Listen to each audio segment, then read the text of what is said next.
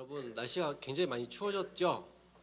새벽에 저는 이제 새벽에 나오잖아요. 새벽에 교회에 나오기 때문에 새벽하고 낮하고 온도가 굉장히 많이 차요. 10도 이상 차이가 나서 새벽에는 진짜 이 정장만 입고 나오지 못할 것 같더라고요. 뭐 잠바를 입든지 안에 뭐 딴 것을 입어야지. 너무 춥더라고요. 그래서 날씨가 금세 정말 추워지구나.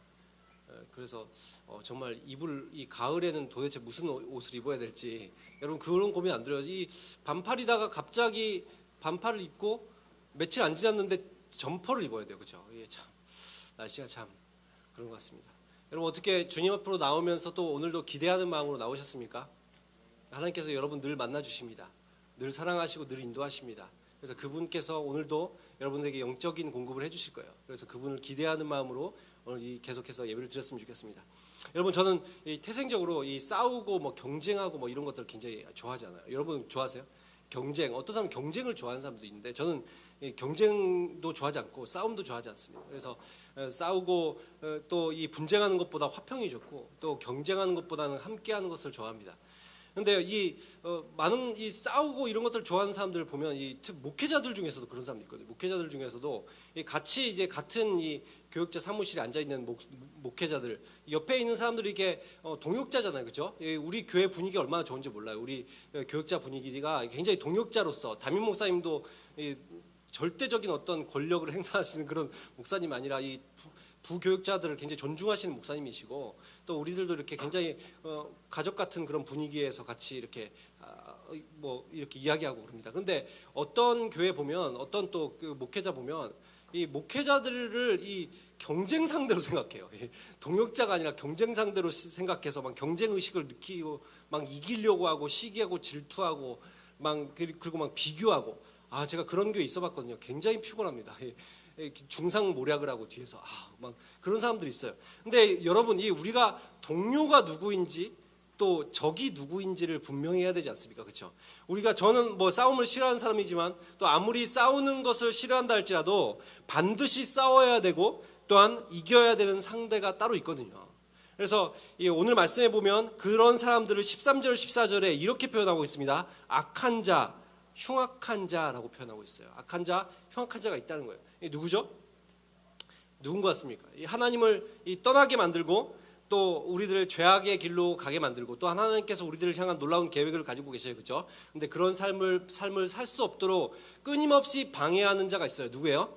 사탄이라고 우리들이 얘기를 하죠. 그래서 그 작전들을 펼치기 위해서 이 세상의 배후에서 이런 세상의 문화와 또한 가치관을 장악하고 그래서 이 세상에서 끊임없이 악한 영향력을 펼치고 있습니다. 그래서 계속해서 하나님을 떠나게 만들어요. 하나님을 예배하지 못하게 만듭니다. 하나님께서 계획하신 삶을 살 수 없도록 만들려고 해요. 그래서 에베소서 2장 2절 말씀에 보면 그래서 사탄에 대해서 이렇게 표현하고 있습니다. 공중권세를 잡은 자라고 표현하고 있어요. 공중권세를 잡은 자. 이 세상에 권세를 가지고 있다. 그리고 또 다른 표현으로 이렇게 얘기하고 있습니다. 불순종의 아들들 가운데 역사하는 영이다. 그러니까 이 하나님의 말씀대로 살지 않으려고 하는 사람들에게 역사하고 있는 악한 영이 있다는 거예요. 그래서 그가 이제 사탄이죠. 근데 그렇기 때문에 여러분 그런 어둠의 세력이 우리들 가운데 배후 가운데 있기 때문에 우리들은 필연적으로 어쩔 수 없이 어떻게 되는 거예요? 이 세상을 살면서 이 최전방 전선에 살고 있는 거예요. 그래서 늘 영적인 싸움을 하고 있는 것입니다. 마치 군대의 그 지피를 지키는 병사들처럼 늘 언제 쳐들어올지 모르는 거예요. 끄떡하면 도발을 걸고 또 끄떡하면 북한 김정은처럼 미사일을 날리고 이런 일들을 계속 해오고 우리들을 공격해 올 수 있는 준비 태세를 늘 하고 있단 말이에요. 그래서 긴장감을 놓치고 살 수가 없는 것이죠. 늘 이 싸움의 현장에 있는 것입니다. 근데 문제는 여러분 어때요? 이 사탄이 굉장히 약합니까? 사탄이 약하면은 싸움일 것이 없죠. 사탄이 굉장히 강해요. 너무 강합니다. 영적인 세력들 가운데 영적인 어떠한 존재들 가운데 하나님을 제외하고는 가장 강력한 능력을 가지고 있습니다. 그래서 하나님의 심지어 군대 장관이라고 얘기하는 미가엘조차도 이 말씀에 보면 이 사탄을 어떻게 하지 못해요. 이 사탄하고 사실 겨우 비등하게 싸우는 것 같아요. 이 미가엘조차도 그럴 정도로 아무런 어떤 그 사탄의 힘이 엄청난 것입니다. 그래서 그렇기 때문에 이 사탄이 늘 우리들의 이 세상을 장악하면서 영향력을 주고 있는데, 그렇다면 여러분, 우리가 이런 사탄이 강하기 때문에 늘 이 패배하면서 살 수밖에 없나요? 강한 적이 있기 때문에 우리는 약하기 때문에 늘 패배할 수밖에 없는 건가요? 근데 오늘 요한이 보니까 이렇게 얘기하고 있어요. 청년들에게 이렇게 격려를 하고 있다는 거예요. 13절 말씀을 다시 한번 읽어봤으면 좋겠습니다. 13절 말씀 시작.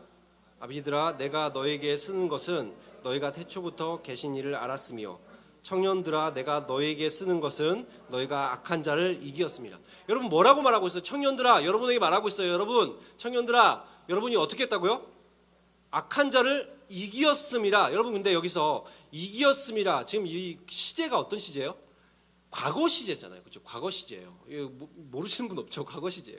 근데 여러분, 과거 시대라는 것은 어떻게 된 거예요? 이미 이겼다라고 말하는 거죠. 여러분이 앞으로 이길 것이다. 아니면 지금 비등하게 싸우고 있는데 이길지도 몰라. 이게 아니라 여러분에게 뭐라고 얘기하고 있어? 이미 이겼다. 이렇게 얘기를 하고 있단 말이에요. 그러면은 이미 우리들이 지금 여기서는 이겼다라고 얘기하고 있는데, 여러분, 근데 사실 여러분이 지금 사탄하고 맞짱 뜨면 이길 수 있습니까? 어떤 것 같아요? 이 일진한테 맞짱 떠도 못 이기면서 무슨 사탄한테 이겨요, 그죠? 이 일진한테도 못 이겨 나는. 근데 이 사탄을 맞짱 떠서 우리가 이길 수 있냐? 근데 왜 이겼다고 표현해요? 이 싸움이 지금 누구의 싸움이라는 거예요? 나와 이 사탄의 싸움이 아닌 거예요. 누구의 싸움인 거예요, 이게? 예수님과 사탄의 싸움이기 때문에 그래요. 근데 예수님과 사탄의 싸움에서 여러분 누가 이겼습니까? 우리들 너무나 잘 알고 있죠. 근데 여러분, 그런데 예수님께서 이 십자가에 달리시는 것을 보는 순간 사탄이 뭐라고 생각했을까요? 말씀들을 보면 사탄은 예수님이 십자가에 내어주도록 유도를 했습니다. 누구죠? 가룟 유다의 마음속에 들어가서 사탄이 들어갔잖아요. 그죠? 그래서 악한 마음을 줘서 예수님 팔도록 유도했어요. 그러면 사탄은 지금 뭘 바라고 있는 거예요? 예수님 십자가에 달려 죽는 걸 바라요? 아니면 안 죽는 걸 바라요?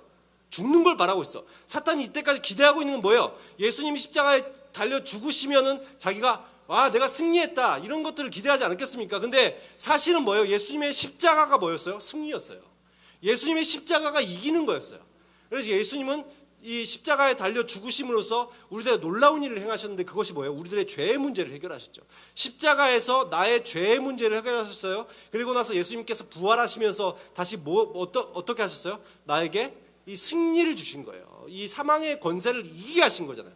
예수님이 사망에 빠져 있지 않고 그 권세를 이기셔서 부활하셨던 것처럼 우리들도 사망의 권세를 이기게 하시는 것. 그래서 예수님께서 죄의 문제와 우리들의 이 사망의 권세를 이기는 문제를 해결해 주셨습니다. 그래서 우리들이 예수님을 구주로 믿을 때 이 사탄의 그 죄와 사망의 권세가 우리를 지배하지 못해요. 더 이상 우리를 주장하지 못합니다. 예수님께서 내 삶을 주장해 주셔요. 그래서 예수님의 이 무죄함과 영원한 생명을 내가 공급받게 되는 거예요. 우리들이 너무나 잘 알고 있는 사실 아닙니까? 그렇기 때문에 예수 안에 있는 사람들은 이미 어떤 거요? 싸움에서 이긴 싸움을 하고 있는 거예요. 여러분, 이긴 싸움을 하고 있습니다. 근데 이긴 싸움을 하고 있는데, 그럼에도 불구하고 이 세상을 보면 어때요? 이 사탄의 어떠한 사탄이 계속해서 이 세상에 악한 영향력을 주고 있다는 걸 우리들이 보게 되잖아요. 그렇죠? 그러면 왜 이미 이긴 싸움인데 사탄은 왜 아직까지도 계속해서 이 세상을 악한 영향을 주고 있지? 근데 이것을 그렇기 때문에 사실 이유는 아직 완전한 승리가 이루어지지 않았기 때문에, 승리를 하셨지만 아직 완전히 이루어진 건 아니에요.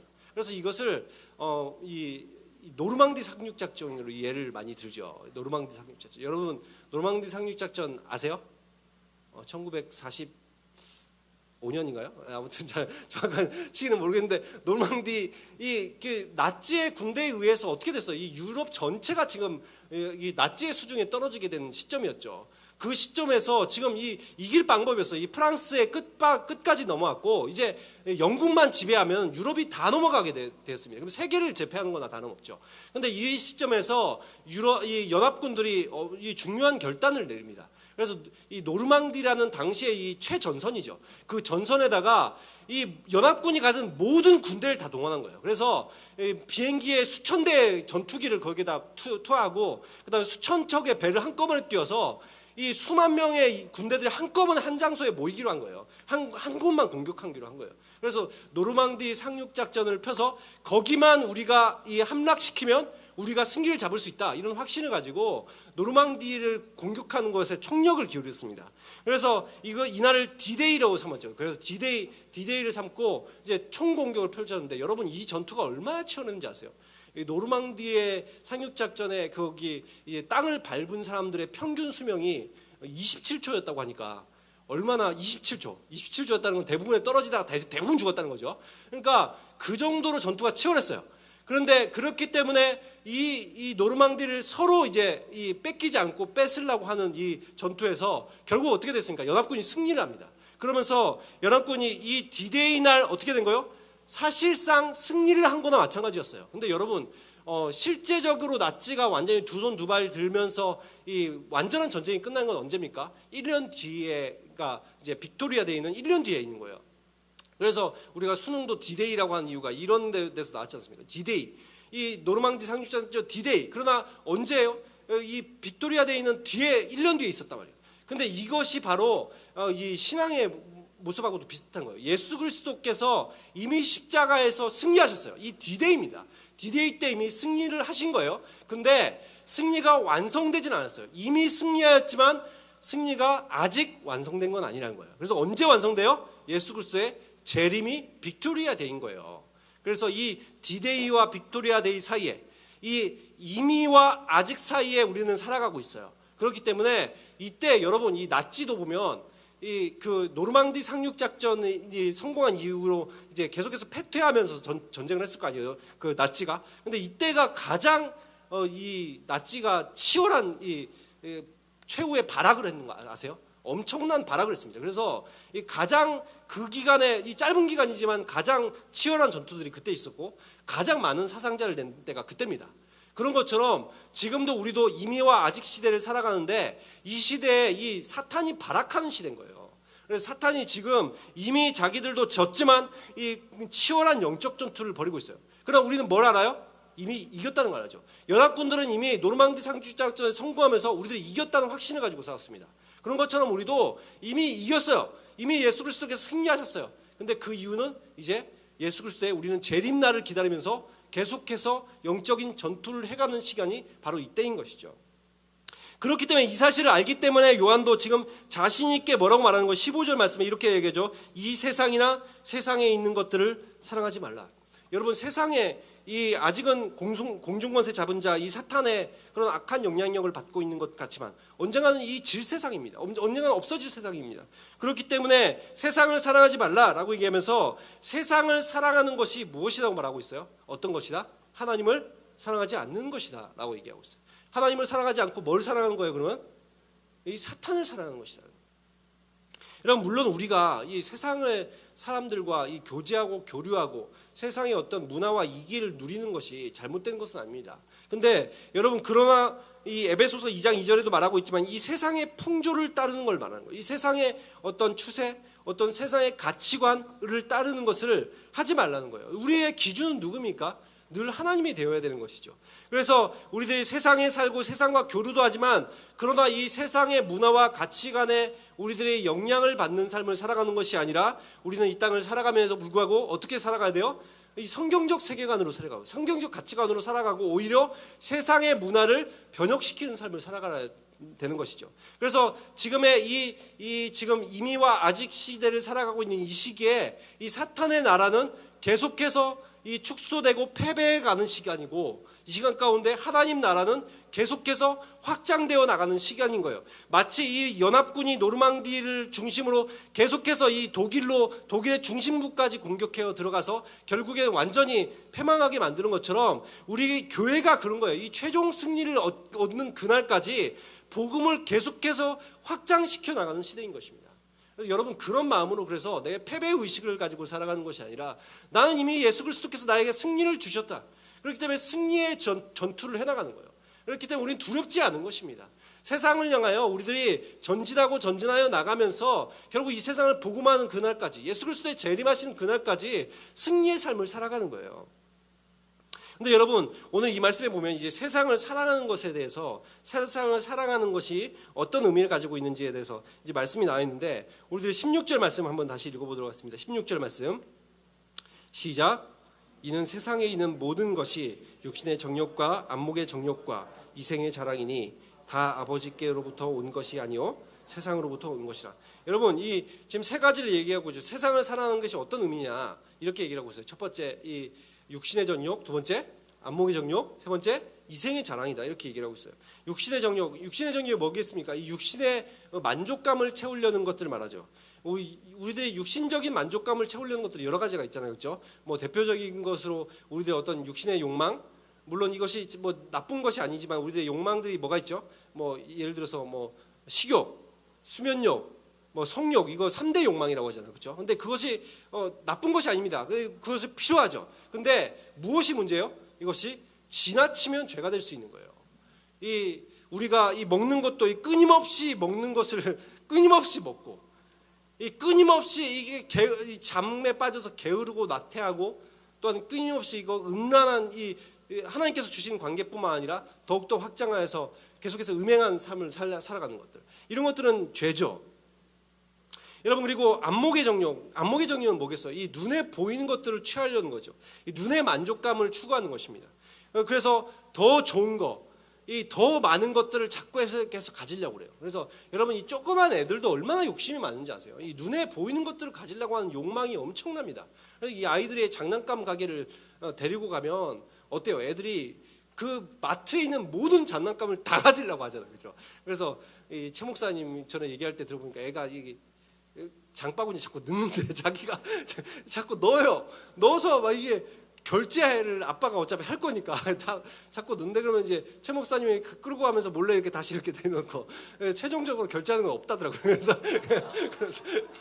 애는 한 개 정도만 이렇게 사주고, 애들은 이제 자꾸 잊잖아요. 또 이제 그냥 놀다 보면 또 잊어요. 아무튼 애들도 눈에 보이는 걸 다 얻으려는, 그리고 이 남자도 저는 차에 대한 욕심이 별로 없거든요. 근데 차에 대한 욕심이 있는 남자들 많죠. 이 좋은 차, 자꾸 좋은 차, 눈에 보이는 것들, 예뻐 보이고 좋아하는 것들을 계속 추구하고, 그리고 너무 지나치게 또 미모만을 추구하고, 여자가 예쁘면 다 용서되고, 그죠? 이런 남자들 있잖아요. 나 예쁘면 다 용서돼, 이런 남자들 저는 많이 봤습니다. 그러니까 그런 것들, 그리고 여자들도 어때요? 여자들의 어떠한 눈의 만족감이란 참 무섭습니다. 특히 쇼핑 중독. 이 집에 수백만 원짜리 백이 있어. 그것도 한 개가 아니라 여러 개. 그러면서 오늘 본 백, 그걸 안 사면 잠이 안 와. 그런 사람들 여러분 봤어요? 저는 주변에서 많이 봤습니다. 놀랍더라고요. 몇 달에 월급을 다 털어가지고 백을 한 개 사요. 눈의 만족감을 위해서 하는 행동들.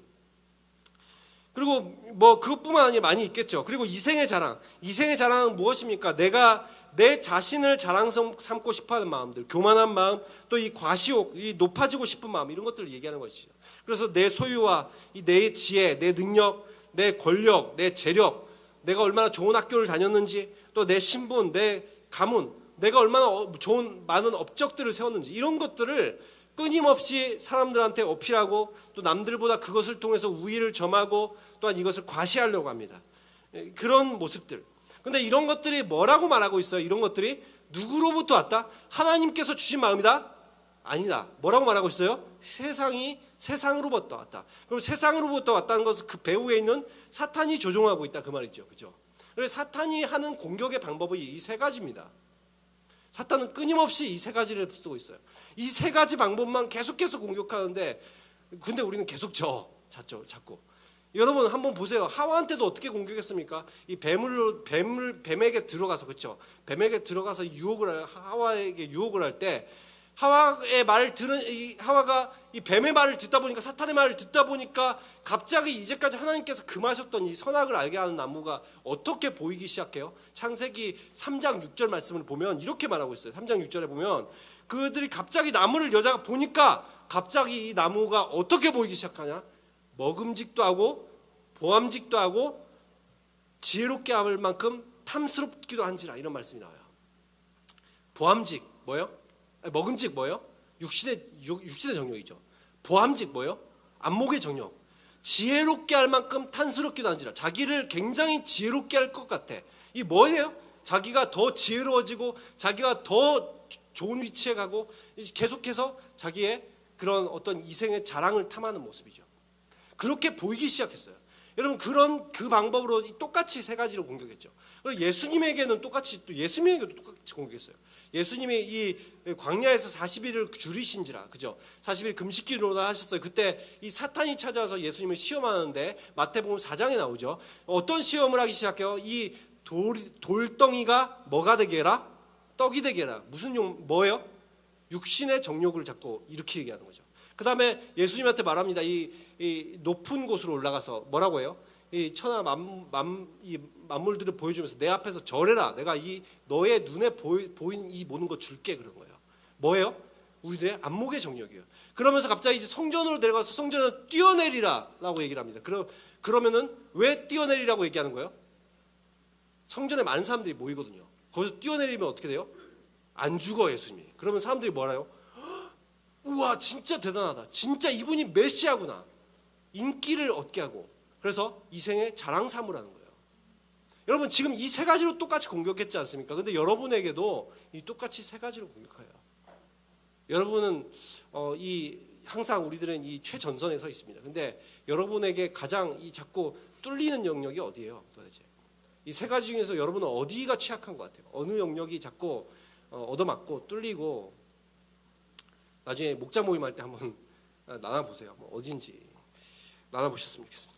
아무튼 이렇게 치열한 전투 현장에 우리가 있다면, 이 사탄이 계속 사탄에 의해서 밀리는 이 세 가지 영역 중에서 밀리는 영역이 있다면 우리들에게 필요한 게 뭐겠어요? 이 승리로 이끌 수 있는 무언가가 필요하겠죠, 그렇죠? 근데 사탄은 분명히 영적인 세계에서 가장 강력합니다. 우리가 우리의 힘으로 이길 수 없어요. 그렇기 때문에 우리는 누구를 의지해야 되는 거예요? 이 성령님을 의지해야 되는 거예요. 내 스스로 할 수 없습니다. 이 성령께서 하시는 거예요.